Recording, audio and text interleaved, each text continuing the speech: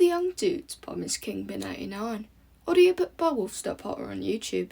Chapter 118. Summer 1977. Part 5.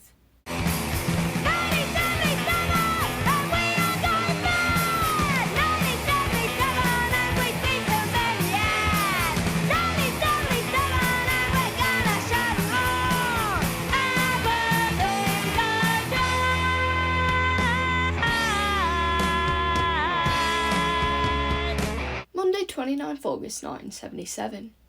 Remus awoke from his second full moon slightly better off than his last, but unable to move. Moody had bound him to the bed, kept in the attic specifically for this purpose, using some kind of advanced magic. It didn't hurt, but it was pretty humiliating, having to lie there and wait to be released, without any clothes on. Sirius had been vehemently against the idea, but it didn't hurt, and it was better than the alternative. Remus didn't care how the wolf felt about it. "Made a lot of noise," Moody said as he released him, "but that's to be expected." "What do the others do?" Remus asked, pulling on his jeans quickly, wishing Moody would leave, or at least turn his back. "The werewolves the ministry knows about. Either deal with it at home like this, with an aura checking in before and after, or report to the ministry holding cells. I'll get you a leaflet if you want." "No thanks." Remus had the distinct impression that Moody did not approve of Remus's decision not to register himself. Downstairs, in his normal bedroom, Mrs. Potter had laid out a set of robes on the bed for him. Not uniform robes, but normal everyday ones. The sort James and Sirius wore out of school. He hoped they were hand-me-downs. He didn't know how he'd ever repay them if they started buying him clothes. "They're for going out in," James explained, when Remus asked about it. "Diagon Alley today." With the first day of school not far off, it had been agreed that the boys would stay in Diagon Alley for the last few days of summer holiday. Mr. and Mrs. Potter would be leaving for a few weeks, on business for Dumbledore, apparently, though they neither confirmed nor denied this. Even Moody could not argue with Remus going to Diagon Alley this time. "Crawling with auras these days. Undercover, you wouldn't even know it." "And I'm 17, Remus said, curtly, "so I'm free to go where I please." "Quite," Euphemia said, tiredly. Their Hogwarts letters had arrived only a week ago, and to everyone's surprise, James had been named head boy, as evidenced by a brand new gold pin tucked inside his envelope. "Bloody hell!" James gasped. "What the fuck?" Sirius frowned. "Language!" Mrs. Potter scolded them both. She'd been very proud, of course, but James was only interested in telling Lily, and rushed to her at once. In less than half an hour, they learned that she had been made head girl. "It's fate!" James declared. "Destiny!" They used flu powder to get to the Leaky Cauldron, a homely old-fashioned wizard pub which doubled up as a B&B, meeting place, and general community centre, as far as Remus could tell. James had booked 2 twin rooms, and after being greeted by the odd-looking hunchback publican, the four marauders hauled their school trunks up the stairs to settle in. Remus was showering with Peter, because neither Remus nor Sirius could come up with an excuse for showering together. The rooms were adjoining, which was some small comfort, but not much. Diagon Alley was not like Hogsmeade, as Remus had thought it might be. It was more packed in, bustling, noisy, the wizarding equivalent of cosmopolitan. The streets were busy with throngs of students, and every shop was packed to the rafters. Gringotts was the first port of call for everyone, and Remus followed James and Sirius around the palatial bank, struck dumb by the complete alienness of everything. Remus had never even been in a Muggle bank before, but nothing could have prepared him for Gringotts. Goblins and secret passageways and mountains of gold. James and Sirius swanned about like VIP members. Mind you, they probably were. The goblins grovelled at their feet, which Remus found hugely distasteful, but couldn't really say anything about. He wished Lily was there, or Marlene and Mary, anyone a bit more down to earth. Remus found he had been left just under 400 galleons in the vault which had once belonged to Lyle Lupin. This sounded like an enormous amount to Remus, until he saw the pitying look on Sirius's face. He quietly took out enough for his books and some new robes, as well as a bit of spending cash to convert to Muggle money. Remus was so shattered after the full moon and the flu powder in the bank that once he'd withdrawn his money, he had to go back to the room at the Leaky Cauldron to collapse. The others promised him they'd leave off shopping until the next day, and would spend the rest of their afternoon looking at brooms and Quidditch supplies. Remus was too tired to care, and crashed out on his little single bed, dead to the world for at least 15 hours. He didn't even wake when the others came clattering in at midnight, smelling strongly of whiskey, loudly shushing each other and giggling. The next day, Lily arrived, and their school shopping began in earnest. She and Remus had similarly methodical minds when it came to completing tasks, and conferred privately on a plan of action, before ordering the other 3 boys about for the rest of the morning. Remus wished he could have had more time in Flourish and Blots, but as they had done books last, being the heaviest items on the list, James, Sirius and Peter were seriously flagging by this point, and on the verge of a mutiny if they didn't get some ice cream. So, back to the leaky cauldron to dump their goods and have some lunch. For God's sake, James, you can't have ice cream before you've had any real food. That's ridiculous. Then to Florian Fortescue's, where Sirius tried to buy Remus a scoop of every single flavour. Come on, Mooney, it's only fair. You've never tried them before. How will you know which one is your favourite? Once all of this had been completed, Remus found his energy almost completely depleted once again, and it was only 2 in the afternoon. He considered taking a quick nap, but it was their last night in London, and he had one thing he really needed to do before leaving. It took a little while to get a quiet moment to himself, but in the gents at Florian Fortescue's, Remus took the opportunity to pull out his pocket watch. He clicked it open, the mechanism every bit as satisfying as it had been the first time he'd used it, and whispered, "Grant Chapman," at the compass half. He expected the arrow to start pointing east, but much to his alarm, it began to spin uncontrollably round and around, faster and faster. The compass had not come with instructions, but Remus had a sinking feeling that something he'd known all along was finally being confirmed. Grant was not safe. Grant needed help.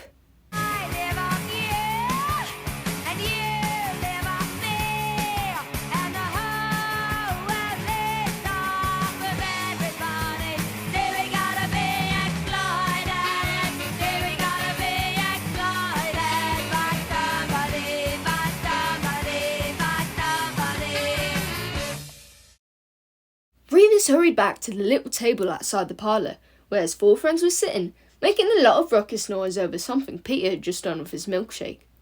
"All right, Mooney," Sirius grinned, as Remus hovered nearby. "This lot want to go and do some sightseeing stuff, but it sounds boring. Want to bunk off down to Carnaby Street, finally?" "Yeah, great," Remus said, forcing a grin. He widened his eyes at Sirius, hoping he got the message. Thankfully, Sirius was very skilled at following secret signals, and came over at once. "What's up?" he whispered. "You look a right state." "I have to go and find Grant," Remus said, agitated. "Look!" He showed Sirius the compass's mad spinning. "Right now?" Sirius frowned. "But we were going to—" "Now," Remus said. "I can't explain it. I just have to. I know I have to. Could you tell James and Peter something? I don't know what. Just if they asked." "What? No! I'm coming with you." "Sirius?" "Remus," Sirius mocked his stern tone, and quirked an eyebrow. Remus sighed. This was probably one of those things he was supposed to include Sirius in. He swallowed his temper and relented. "Okay, fine. Shall we just tell the others where we're going?" "No, don't argue with me on this." He didn't want anyone else knowing about Grant. Sirius, apparently recognising that Remus would only go so far, nodded and didn't push his luck. They told the others that they were going to Carnaby Street, to look at the shops, paid and hurried away, without looking back. They had to go and change into Muggle clothes first, and once they left Eigen Alley, they headed for Charing Cross Station and caught tubes to the squat at Mile End, which Remus thought was probably the best starting point. By the time they got there, it was almost 4 in the afternoon. Remus wasn't sure if it was a year of neglect, or just hindsight that made the rundown block of tenements look much less welcoming than they had last summer. The smell of damp was stronger. Part of the linoleum seemed to have been ripped up, exposing dirty, cracked cream tile. It was a warm day, but it still felt cold inside. Ads, the man Remus had met a year before, was the only one of the original crowd still living there. "Grant?" He scratched his head, looking dazed. "Yeah, I think he went out west, when it got too rough round here. Hammersmith, maybe. Knocking this place down next week. I'm going to Brixton." "Hammersmith?" Remus said. "That's the other side of town." "Yeah, he made some friends out there, I reckon. Grant's always good at making friends, when it suits him." He said that bit sharply. Remus didn't like it. and automatically made himself taller, squaring his shoulders. Ads looked him up and down, irritably, and snapped, "Look, if he don't want to be found, he won't be." So, back on the central line, and across the city they went. As they passed Tottenham Court Road, Remus felt guilty for ruining Sirius's day in Muggle London, and secretly promised to make it up to him when he next had the chance. Still, Sirius was having a surprisingly good time, as enthralled by the escalators and ticket barriers as Remus had been by Gringotts. They changed at Notting Hill, then walked, because Remus didn't have a clue where he was going, except for his nose, and the compass, which was spinning less erratically now, and seemed to be trying to lead in a vague direction. "It's amazing," Sirius said, staring up at the houses as they walked, peering into shop windows and stopping to watch double-decker buses shunt past. "I've lived in London most of my life, and I've never seen it like this." "Glad you're having fun," Remus said, distracted. They were in Shepherd's Bush now, he was pretty sure. It was past 6 in the evening, and he was slowing down. His hip hurt from the rattling about on the underground, his shins were sore from the walking, and his back hurt because of Moody's awful binding spell. "Let's sit down a minute, shall we?" Sirius asked, with a look of deep concern. "Look, there's a park over there." It was Shepherd's Bush Green. At least Remus knew where they were. He consented to rest only for a short while. He was mostly worried that once he'd sat down, it would be impossible to get up again. "Then I'll carry you," Sirius said. "Piss off, will ya?" Remus snorted, resting his elbows on his knees and leaning forward. He pulled out the compass to check it once more. "Ugh, it's going mental again," he groaned. "I thought I was getting somewhere." "It must be because you're agitated," Sirius suggested, delicately. Because it feeds off your emotion towards the person you're looking for. So maybe if you—" "Are you telling me to calm down?" Remus frowned. "It might help," Sirius replied, evenly. "How about you tell me something about Grant? Something nice. If you think it will help." They didn't have time for this. Grant needed him right now. But at this point, Remus was willing to try anything, even if it was just a ploy from Sirius to get more information. His name's Grant Chapman. I met him at St. Edmund's in 1975. He liked the same music as me. He's friendly. What does he look like?" "You've seen him." "Not properly. I was a dog. Anyway, the point is to get you to think about him." "I'm doing nothing but think about him," Remus snapped. He closed his eyes and breathed in. "Fair. Kills. I think blue eyes. Yeah, blue. He has a crooked front tooth. Last time I saw him he was thinner." A swell of anxiety rose in his throat. He stammered. "Go on," Sirius encouraged. "You like the same music? So Bowie? T-Rex?" "Yeah, and he likes, Deep Purple." "Cool, okay. So that's how you became friends?" "Yeah," Remus nodded, feeling a bit better, focusing on the positive.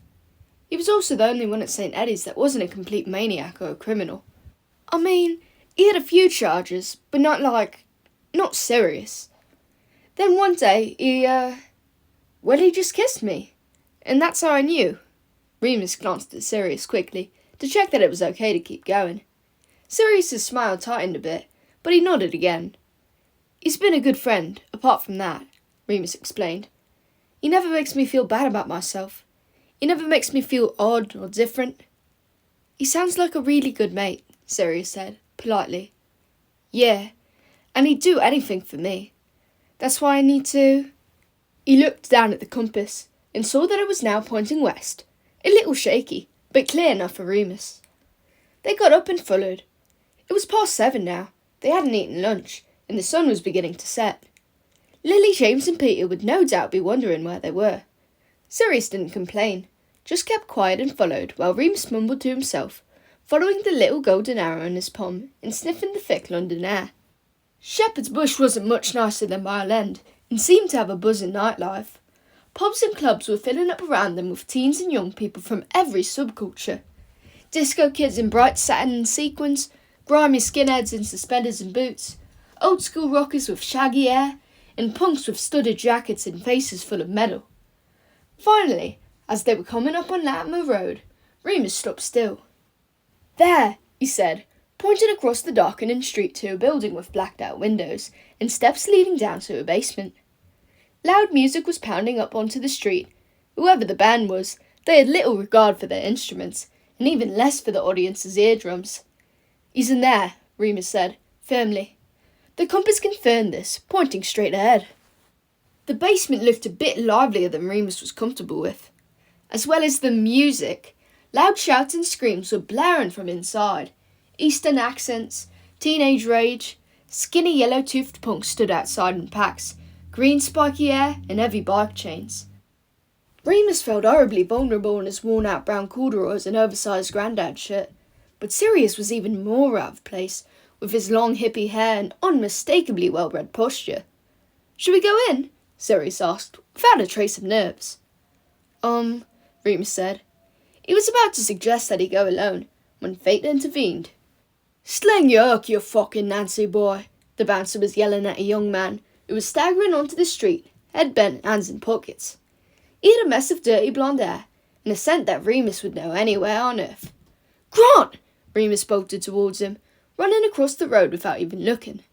Grant didn't hear, and was making his way slowly down the street, hunched over. There was something wrong with the way he was walking. His gait twisted and skewed. He reeked of cheap gin, even standing meters away. The punks were leering at him, yelling vile obscenities to chase him off. Grant turned and sneered back, throwing up two fingers and warbling incoherently. "Grant!" Remus said again, catching him up beneath a yellow streetlight. Grant had finally stopped and turned, squinting. The wall behind him had been spray-painted with various disparate slogans. "Eat the rich," "Boss kids in the guild next door don't want to play in your Cold War," "Fuck national service." "Jesus Christ! What are you doing here?" Grant lurched and wobbled, drunk, leaning against a wall and clutching his side, as if something was hurting him. "Looking for you!" Remus walked up to him, trying to see his face, obscured by a shadow. "Right, obviously." "Bloody hell! How do you manage it every time?" Grant shook his head. He didn't look good. He looked dreadful. He was thin. Thinner than he should be. Thinner than was really healthy. His hair was lank and looked like it hadn't been washed in a while, and he had a patchwork of bruises down one side of his face, disappearing under his t-shirt, purple and ugly. "What happened to you?" "Fucking punk happened, didn't it?" Grant laughed, a horrid choking sound, then staggered again and sat on the pavement. "Sorry, mate. Bit dizzy." He retched a few times, but nothing came up, so he spat. Remus squatted beside him, hands trembling. "Who did this? Did it happen here?" He leaned over, trying to get a proper look at Grant's poor battered face. It was definitely Grant, but he was changed almost beyond recognition. Gone was the bright blue denim and cheeky grin Remus remembered, replaced by torn black drain pipes, haunted solo eyes, and nasty-looking piercings in his nose, eyebrow and lip that were definitely infected. "Go off!" Grant swung out, wildly, drunkenly. He wouldn't have hit Remus, and it wouldn't have hurt if he had, but Sirius leapt forward in an instant. "Oi! Back off, mate!" Grant blinked and looked up at Sirius, raising a hand up to shield his eyes from the brightness of the street lamps. He frowned, then sneered. "And who the fuck are you? Piss off, will you? I'm talking to my mate." He turned to Remus. "Fancy a pint?" and tried to haul himself back to his feet. Remus helped him, gripping him firmly under the elbow. "I don't think you need any more to drink. How about some dinner?" A flash of sobriety returned to Grant's features. "Got cash?" "Yes, of course," Remus nodded, trying to guide him away from the horrible street they were on. "Come on, I'll buy you dinner. What would you like?" "Oh, you know me. I'm easy," Grant cackled, leaning heavily against him, but at least allowing himself to be led. Sirius followed, looking very uncomfortable. Grant didn't even notice until they reached the cafe, somewhere up the road. Sobering up a bit more by then, he was still leaning on Remus, and Remus could hear a strange itch in his breath that told him that Grant was in pain. "In here?"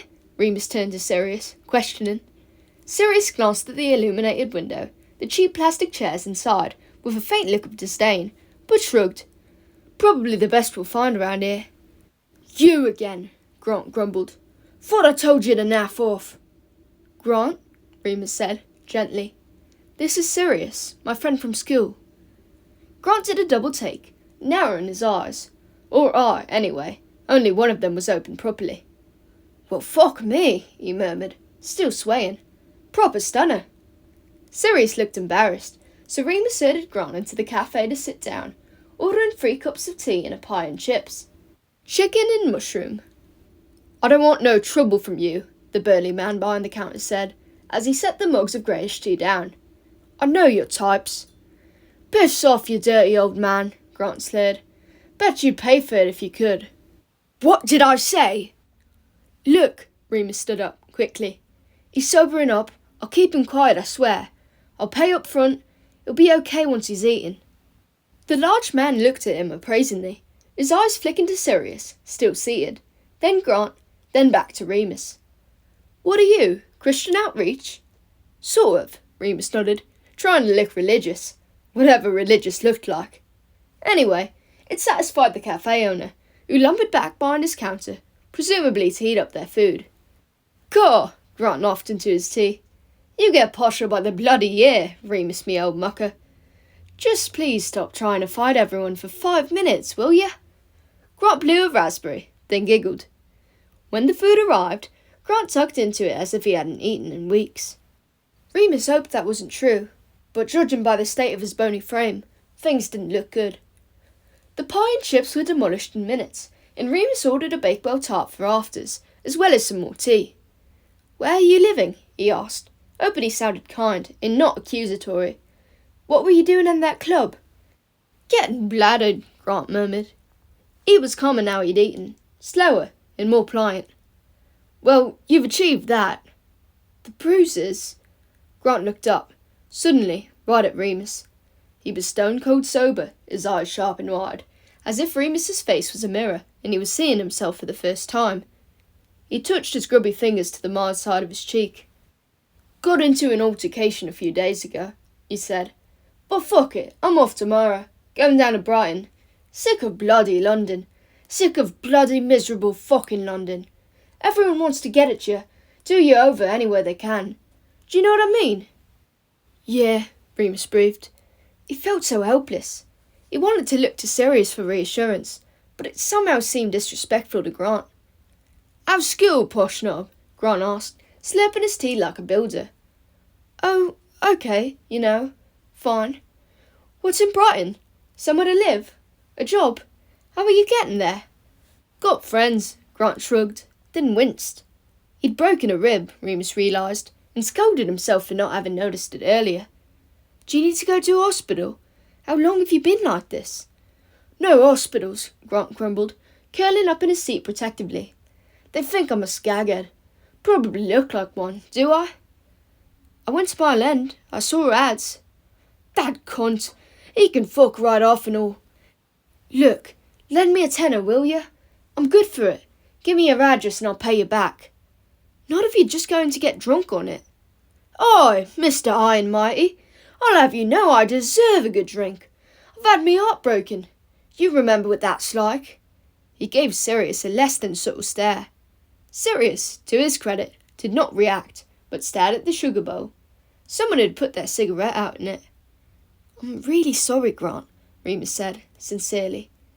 "Look, where are you sleeping at the moment?" "Up the road." "Is it safe there?" "Lost my key." "Well," Remus thought to himself, "at least there's a lock." He had been halfway to deciding to smuggle Grant back into Diagon Alley and just facing the consequences when they got caught. They ordered more tea, and Grant ate some more. Once he had finished, he had grown agreeably soft and sleepy, drunk on a full stomach. Sirius and Remus helped him back to his room in an old Edwardian terrace which looked as though it had been abandoned for years. Still, inside was busier and homelier than the condemned Mile End building. A young woman peered out of the next room along, mousy, freckled face at odds with her gun's green mohawk. "Grant, God, you pissed again? I told you, vodka's not a fucking painkiller. Go to a bloody doctor." She looked up at Remus. "Who are you?" "A friend. I'm just trying to make sure he's okay." "He'll be fine. He gets like this." Sirius performed a silent unlocking charm on Grant's door, and Remus half carried Grant inside, settling him in as carefully as he could onto the single mattress on the floor. It was a small room with one tiny round window. Unfurnished, there was a stack of magazines in one corner with a lamp perched on top, a rucksack stuffed with clothes, a mirror which was rusted around the edges, and what looked like a small washing station, a bar of soap, a toothbrush, and an empty bowl. Grant curled up on the mattress and began to snore softly. Remus knelt beside him, frowning. The plump girl stood in the doorway, arms folded, looking serious up and down. "He said he was going to Brighton tomorrow," Remus said to her. "Is that true?" "If he got the money together for his train fare," she shrugged. "Said it got nicked last week. He was seeing this really rough type. Treated him like shit, poor love."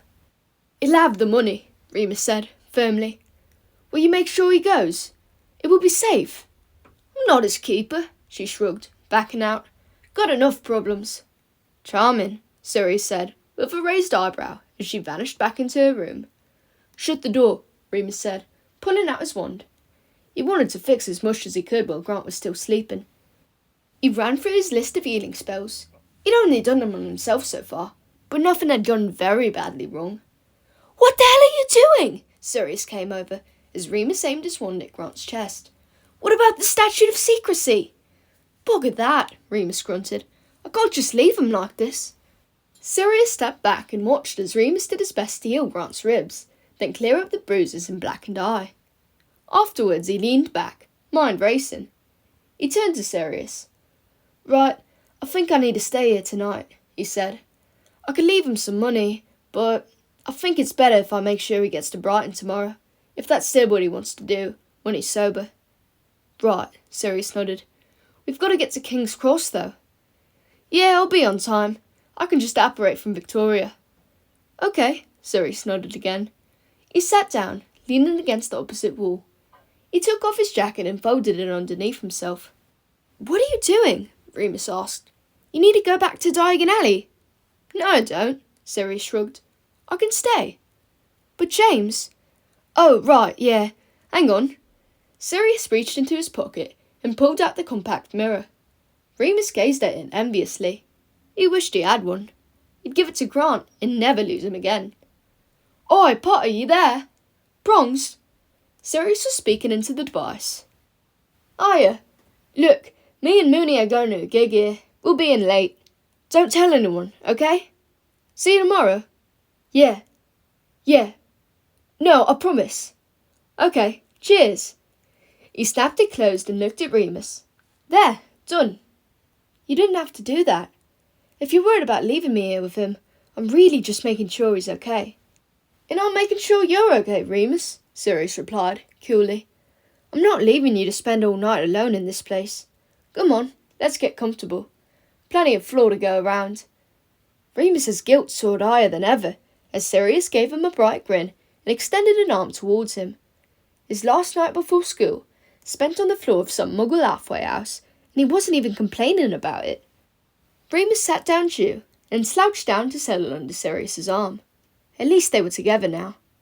Sirius kissed his head, and they both watched Grant, sleeping like a child. "I'm sorry," Remus said, exhausted. I don't want you to think he usually acts this way. He's obviously had a bad time." "What happened to him?" Sirius asked, very quietly. "What happened to make him end up here, like this?" "He got kicked out of St. Edmund's 2 years ago," Remus yawned, his eyes growing heavy. "Didn't have anywhere else to go. Can't get a job because he didn't do his exams at school, and I'm guessing he hasn't got a proper address." "Remus?" "This wouldn't happen to you, would it? Because you've got us."